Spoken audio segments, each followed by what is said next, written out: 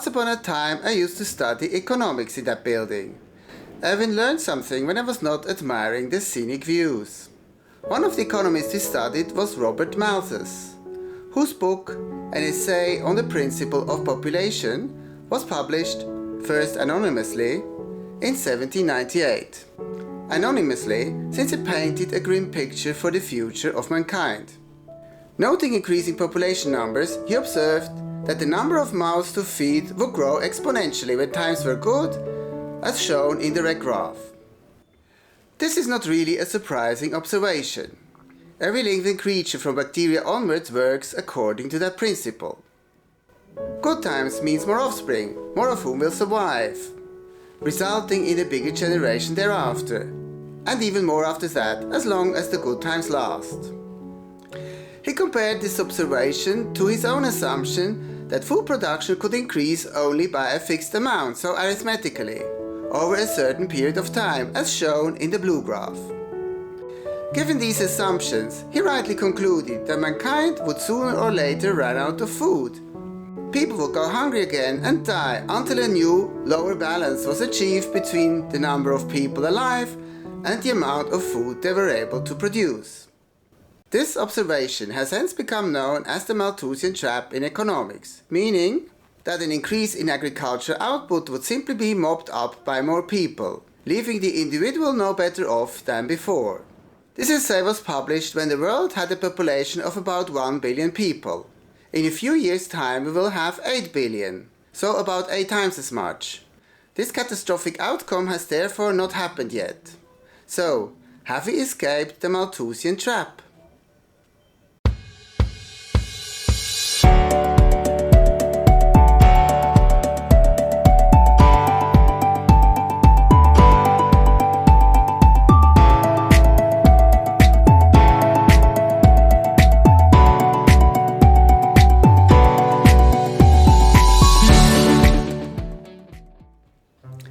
Hello and welcome to this fourth episode about our present relationship with food on Edo Ego Sum, I am what I eat.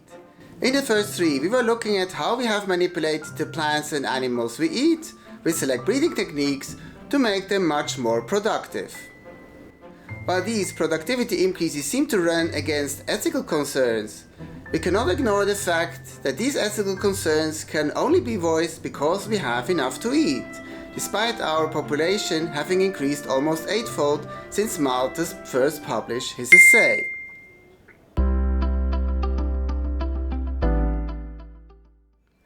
Was Malthus wrong? It rings a bell even now, when countries such as Rwanda are suffering from a genocide in the middle of the 1990s that was attributed by some commentators to population pressure and echoes predictions by the Club of Rome in the 1970s and other organizations warning that population numbers have to have limits. The concern is also echoed in some predictions about the future of Africa and especially Nigeria, which according to current trends is supposed to have a population of 800 million people in 80 years, even more than China will have then. The concern is if so many mouths can be fed. It is however important to note that globally so far we have not experienced a Malthusian trap. This is true even if some people even today die of hunger, but this is a problem of distribution, access to food and politics, not the overall availability of food. On the whole, food has become largely more affordable, so in hindsight it is easy to say that Malthus was wrong. Indeed, he had his critics already in the 19th century, and that criticism was based largely on Malthus' assumption that food supplies could increase only arithmetically, that is, by a fixed amount. There has never been any practical basis for that, it was just a theoretical assumption. If so, then why assume that food production would increase at all? So while he had the first part of his equation, the one about population numbers, roughly right, at least until the pill arrived in the 1960s, luckily for us, food production increased even more. Malthus had the bad luck of publishing his essay when the world was on the brink of a profound change in the way its economy was organized. The Industrial Revolution was born. The new techniques invented in the manufacturing process, like the use of machinery and scientific innovations in the field of chemistry, biology or medicine, started to have an impact on the way food was produced, greatly increasing its availability.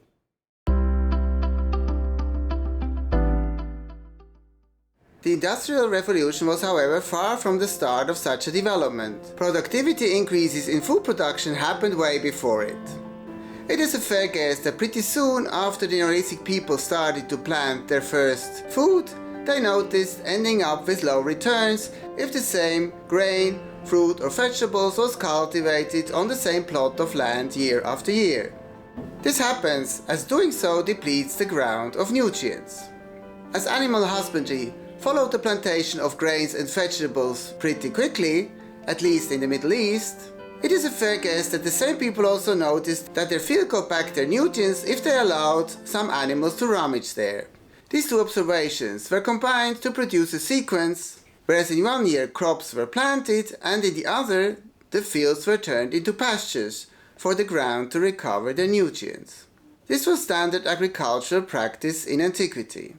In the Middle Ages, this developed in the 3-year crop rotation system, where cereals in the first were followed by legumes like peas or beans in the second, followed by grazing in the 3rd year.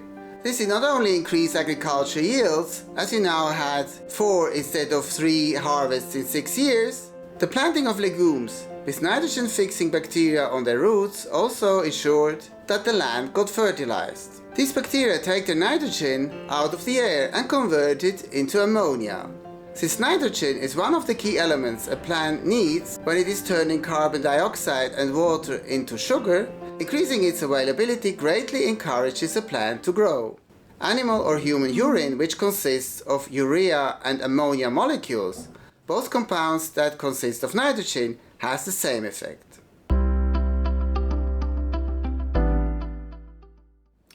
The 3-year crop rotation system was common all over Europe when the next big step forward towards modern agriculture took place in the Netherlands, Flanders and Britain between the 16th and the 19th century. It was a combination of land reforms with bigger plots, with safer ownership rights that encouraged innovation and changes to a more effective 4-year crop rotation system. Turnips and clover were planted instead of simply leaving the land fallow, allowing more animals to be kept through the winter, which in turn increased production of milk, cheese, meat and manure, which improved soil fertility. Better transport infrastructure with roads and canals reduced transport costs and time. Land previously not cultivated was reclaimed as farmland through drainage. All these changes meant that a more fertile agriculture producing for the market needed less and less people working the land. As a result, Northwestern Europe was the region with the highest share of an urban population on the continent apart from Italy, and started the Industrial Revolution as it has a surplus of people not engaged in food production. In the 19th and 20th century, these developments were followed by the introduction of science and machines into the agricultural production process, greatly increasing productivity and yields.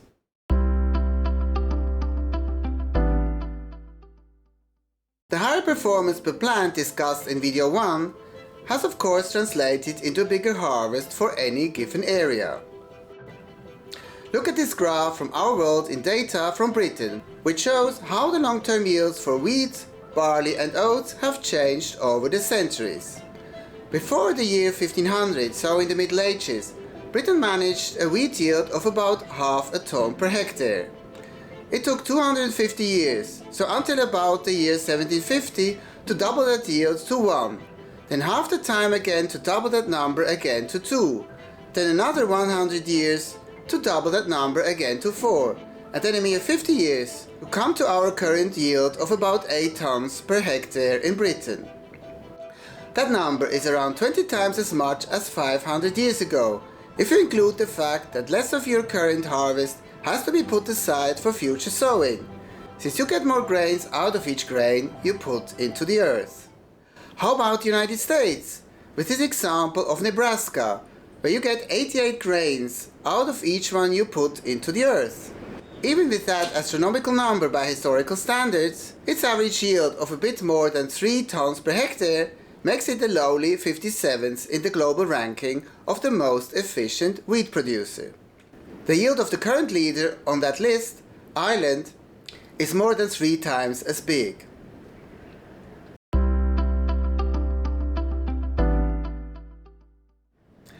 The effect of the Industrial Revolution on agricultural productivity was quite different in the last 2 centuries. In the 19th, the production of artificial fertilizer as part of the new chemical industry helped to increase yields, and at the same time, steam machines used in ships and the new trains helped to greatly expand market reach for producers. It was now possible for American, Russian and later Argentine wheat to reach industrial Europe, since these countries offered wide open spaces and, in Russia's case, cheap labor. They had low production costs and were serious competitors to local food producers in Europe, but their effect was lower prices for consumers. Machines themselves were not used in agriculture yet, at least not on a big enough scale to make a difference. This happened only in the 20th century, but their effect only really came to be felt after the Second World War. Until about 1950, the most important energy source apart from human muscle for pulling a plow or bringing in the harvest was an animal, even in the developed Western world: the horse. Workhorses were a common picture on any farm before that time. Just look again at the video from Ireland. But not any longer. From about the middle of the 20th century onwards, they were replaced by machines like tractors. This had effects on ground utilization as well. Soil previously used to feed workhorses with oats could now be used to produce food for people like wheat or barley. Modern industrial food production, the second agricultural revolution we are still experiencing, may have its problems, but there is no denying that it has helped us avoiding a hunger catastrophe despite the fact that our population numbers have increased 8-fold in little more than 200 years. Of course, not every country was on the same timescale, but Britain's gain in cereal yields show pretty much how food production has changed through the effect of industrialization and applied science since the year 1800. Malthus was not so much wrong in his essay about population numbers, but for him, but luckily for us, food production increased even more. Increased yields are, however, only one part of the equation. Even more remarkable is the fact that these increases were possible while employing less and less people. This has had great effects on how our societies are organized. What effects this has had, I have to tell you in my next video called The Godless Society, the world we live in now. Thank you for watching this 4th episode about our present relationship with food on Edo Ergo Sum. I am what I eat. If you enjoyed it, please hit the like button. This would help other people find it on YouTube. If you want to receive more videos like this one, also about the past or future of our relationship with food, consider subscribing to the channel. What do you think about Malthus' prophecy? Have we truly outgrown the Malthusian trap? Please leave remarks and questions in the comments. Bye for now, hopefully to the next video when we talk about how the second agricultural revolution has changed the way we live in godless society, the world we live in now.